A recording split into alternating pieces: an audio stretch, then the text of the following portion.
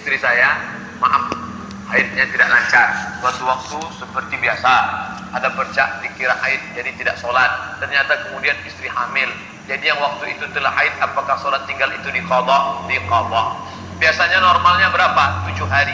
Lewat dari 7 hari itu apa namanya? Istihadhah. Dia seperti luka, hanya saja lukanya bukan di jari, maaf, tapi lukanya di dalam. Maka orang yang istihadhah, cara mencari tulisan istihadhah, buka Google, Somat Moroko istihadhah. Bukan berarti somat sedang istihadhah. Maksudnya somat Moroko sedang menulis. Kenapa Ustadz di ujungnya mesti Moroko? Karena kalau ditulis sekedar somat, enter, yang keluar Bang Somat, sinetron. SOMAD MOMOCCO istihadhah. Daripada tentang puan yang istihadhah. Cara dia sholat ini bagi yang mengalami istihadhah. Laki-laki juga, karena laki-laki itu punya istri dan istrinya perempuan. Mas, aku begini-begini gimana nih? Mau nanya Ustadz, malu. Suami mesti bisa menjelaskan. Engkau sedang mengalami istihadhah, Adinda. Lalu penyelesaiannya, inilah yang jadi masalah. Aku nggak pula ingat. Kalau mengalami istihadhah, nunggu azan. Masuk waktu azan zuhur, Allahu Akbar, Allahu Akbar. Maka perempuan yang istihadhah tadi langsung bersih-bersih. Bersihkan semua bersih. Habis itu maaf, dia pakai pembalut. Habis itu dia berwudu, langsung sholat. Andai menetes saat sholat, makfuan. Tapi dia nggak boleh bersihnya sebelum azan. Setelah masuk waktu baru. Karena kalau sebelum azan dia bersih-bersih, maka menetes saat itu dia tidak makfuan, tapi sebagai najis. Ini juga bisa terjadi pada laki-laki. Kalau perempuan namanya istihadhah, laki-laki namanya sulusul baul. Baul artinya kencing, sulusu artinya rantai. Kenapa disebut kencing rantai? Karena kencingnya berantai, nggak putus-putus. Kerannya rusak. Tes, tes, tes, tes.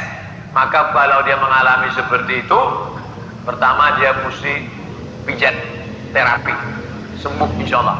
Minum obat. Kalau tidak juga dalam merasa penyembuhan pengobatan, maka caranya dia setelah azan masuk waktu sholat, dia pergi ke kamar mandi, bersih, dia pakai apa namanya, setelah dia balut, dia ikat, terserah, habis itu dia sholat. Allahu Akbar. Andai menetes pada saat itu, maka itu makfuan, termaafkan. Bisa terjadi pada laki-laki, bisa terjadi pada perempuan. Mas, aku begini-begini gimana nih? Mau nanya Ustadz, malu. Suami mesti bisa menjelaskan. Engkau sedang mengalami istihadhah, Adinda. Lalu penyelesaiannya, inilah yang jadi masalah. Aku nggak pula ingat.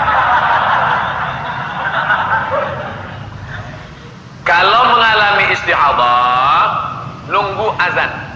Masuk waktu azan zuhur, Allahu Akbar, Allahu Akbar. Maka perempuan yang istihadhah tadi langsung bersih-bersih. Bersihkan semua bersih. Habis itu maaf, dia pakai pembalut. Habis itu dia berwudu, langsung sholat. Andai menetes saat sholat, makfuan. Tapi dia nggak boleh bersihnya sebelum azan. Setelah masuk waktu baru. Karena kalau sebelum azan dia bersih-bersih, maka menetes saat itu dia tidak makfuan, tapi sebagai najis. Ini juga bisa terjadi pada laki-laki. Kalau perempuan namanya istihadhah, laki-laki namanya sulusul baul.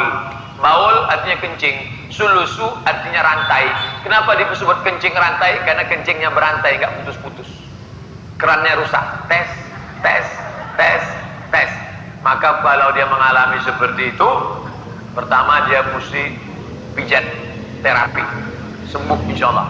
Minum obat. Kalau tidak juga dalam merasa penyembuhan pengobatan, maka caranya dia setelah azan masuk waktu sholat, dia pergi ke kamar mandi, bersih, dia pakai apa namanya, setelah dia balut, dia ikat, terserah, habis itu dia sholat. Allahu Akbar. Andai menetes pada saat itu, maka itu makfuan, termaafkan. Bisa terjadi pada laki-laki, bisa terjadi pada perempuan. Ustaz, dalam kitab